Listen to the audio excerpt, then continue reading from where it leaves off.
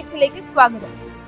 ആഫ്രിക്കയിലെ ബുർക്കീന ഫാസോയിൽ നൂറുകണക്കിന് ആളുകളെ കൊലപ്പെടുത്തിയ ഭീകരാക്രമണത്തിൽ തന്റെ വേദനയും പ്രാർത്ഥനയും രേഖപ്പെടുത്തി ഫ്രാൻസിസ് മാർപ്പാപ്പ.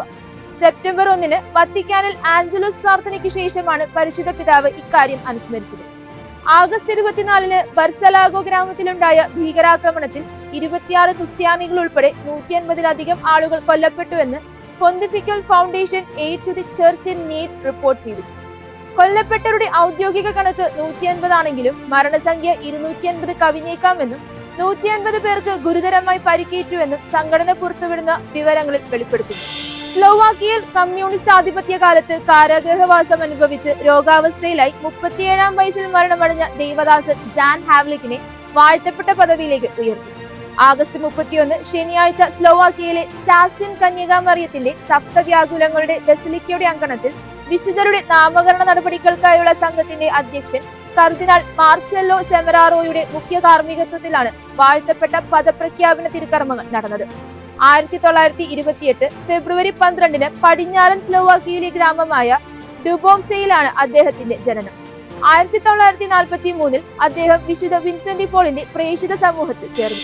ആവിഷ്കാര സ്വാതന്ത്ര്യത്തിന്റെ പേരിൽ കലാകാരന്മാരും സാഹിത്യകാരന്മാരും ക്രൈസ്തവ വിശ്വാസത്തെ അവഹേളിക്കുന്നത് അത്യന്തം ഖേദകരമെന്ന് KCYM സംസ്ഥാന president MJ Emmanuel.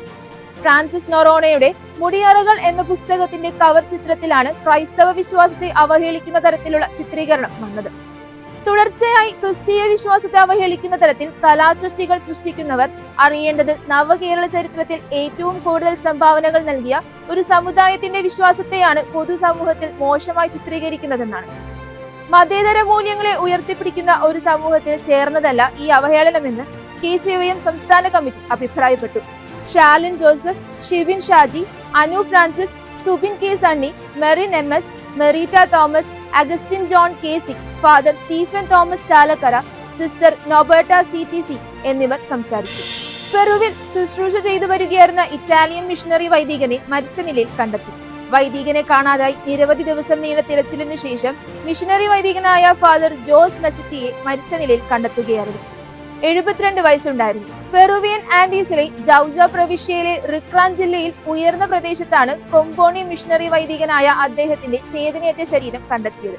പോസ്റ്റ്മോർട്ടത്തിനായി വൈദികന്റെ ഭൗതികാവശിഷ്ടങ്ങൾ Felix Mallorca ആശുപത്രിയിലേക്ക് മാറ്റിയിട്ടുണ്ട്.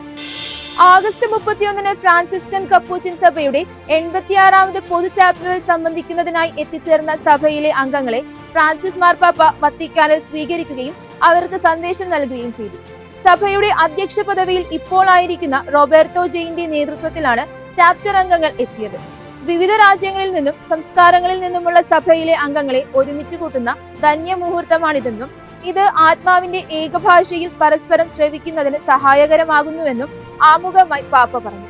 ഇതോടെ ചർച്ച് അപ്ഡേറ്റ്സ് പൂർണ്ണമാകുന്നു. നന്ദി.